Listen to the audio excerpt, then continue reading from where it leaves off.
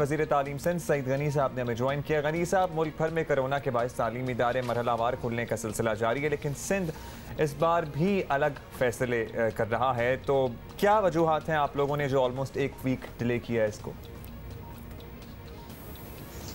देखिए, पहली बात तो ये है कि हमने जो फैसला किया है वो कोई बहुत ज़्यादा इतना मुख्तलिफ नहीं है। जो फैसला पहले हुआ था उसमें ये था कि 3 मराइल में स्कूल्स खोले जाएंगे, तालीमी इदारे खोले जाएंगे। 15 तारीख तक 9वीं 10वीं कॉलेजेस यूनिवर्सिटीज़ खुलनी थी। उसके बाद 21 सितंबर से हमने 8वीं 7वीं 6वीं खोलनी थी और उसके बाद 28 को बाकिया क्लासेस खोली थी। जब हमने 15 तारीख को तमाम तालीमी इदारे खोले तो मैं मुस्तकिल विज़िट्स कर रहा हूँ और मेरे अलावा भी हमारे जितने फील्ड ऑफिसर्स हैं वो भी विज़िट कर रहे हैं।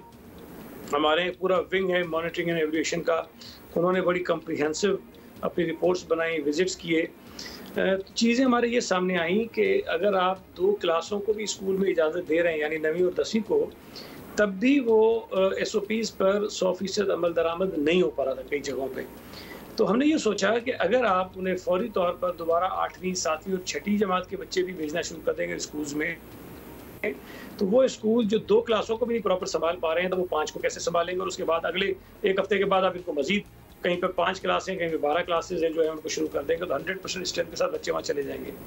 तो हमने ये मुनासिब समझा कि हम 1 हफ्ता मजीद लें ताकि जो SOPs पर इम्प्लीमेंटेशन में खामियाँ हैं उसको हम दूर करें और थोड़ा सा सेंसिटाइज करें स्कूल्स को भी, वालिदैन को भी, बच्चों को भी, ताकि वो प्रॉपर तरीके से इस पर अमल कर सके। सिर्फ ये वजह थी, इसमें कोई इख्तलाफ नहीं था, किसी से कोई झगड़ा नहीं था, किसी से कोई लड़ाई नहीं थी।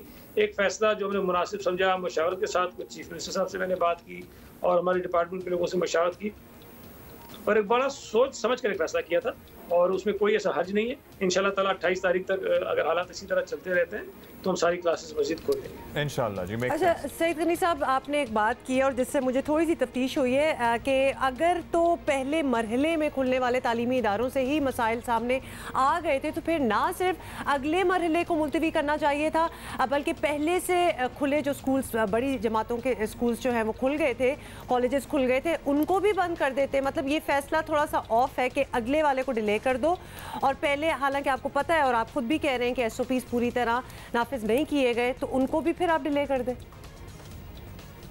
नहीं, देखिए, एक तो हमें ये बात समझनी चाहिए और मैं ये बात बहुत पहले से कह रहा था, बल्कि सभी कह रहे थे, शायद शफकत महमूद साहब ने भी कहा कि ये स्कूल्स को, तालीमी इदारों को खोलने का जो फैसला है ये बड़ा मुश्किल फैसला है और इस पर हमें बहुत ज़्यादा परेशानी भी लाहक थी और एक बहुत ही डिफरेंट सिचुएशन में ये स्कूल खोल रहे थे जो कभी हमने सोचा भी नहीं था। उन हालात में जब अब स्कूल खोलने जाएँ तो मसाइल पैदा होने का बिल्कुल इम्कान था और कम से कम मुझे तो यकीन था कि 100% इम्प्लीमेंटेशन जो SOPs की है वो फौरी तौर पर तो बिल्कुल नहीं हो सकती है।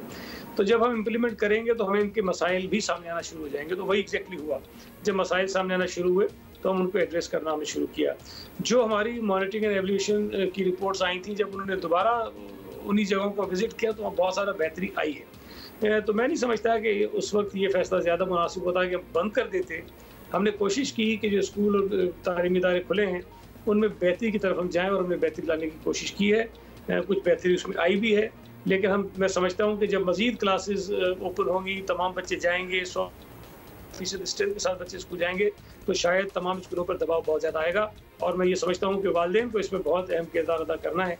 वो अपने बच्चों को समझाएँ, थोड़ा सा उनको इतना एहसास दिलाएँ कि SOPs उनके अपने लिए ज़रूरी हैं और जो वालिदैन स्कूल जा सकते हैं वो स्कूल में जाकर देखें भी प्रैक्टिकली कि जहाँ उनका बच्चा क्लास में बैठता है क्या वो प्रॉपर अरेंजमेंट्स हैं कि नहीं है बच्चे को इस वायरस से। गनी साहब, सिंध के हवाले से आपसे अब फाइनली पूछना चाहते हैं कि अब सिंध हुकूमत ने स्कूलों के अगले मरहले के लिए अगले हफ्ते की तारीख दी है। 28 से कहा गया है कि स्कूल्स जो हैं वो दोबारा खुलेंगे, मिडिल स्कूल। तो मौजूदा हालात देखते हुए क्या एक्सपेक्टेशन रखी जाए? क्या 28 तारीख को स्कूल वाकई खुल जाएंगे या आपको लगता है कि उससे भी शायद आगे करना और हम सिर्फ इसलिए पूछें ताकि कंफ्यूजन दूर हो वालिदैन में?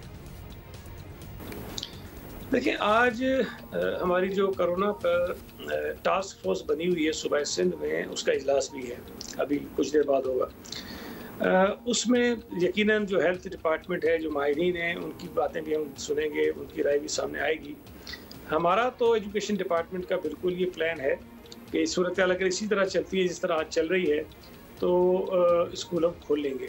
लेकिन खुदा न खास्ता अगर चीज़ें थोड़ी ख़राबी की तरफ जाती हैं और ये महसूस होता है कि ये बच्चों की सेहत के लिए मुनासिब नहीं है, तो फिर फ़ैसला तब्दील भी हो सकता है। और मैं ये बात बार बार कहता हूँ कि हमें एहसास है कि बच्चों की तालीम को नुकसान पहुँच रहा है, हमें एहसास है कि प्राइवेट स्कूल्स को बहुत नुकसान पहुँचा है, लेकिन इन दो वजूहात की बिना पर हम अपने बच्चों की सेहत को दाव पे नहीं लगा सकते हैं। हमारी टॉप प्रायोरिटी, वाहिद प्रायोरिटी ये है कि हमारे बच्चे इस वायरस से महफूज रहें, सेहतमंद रहें।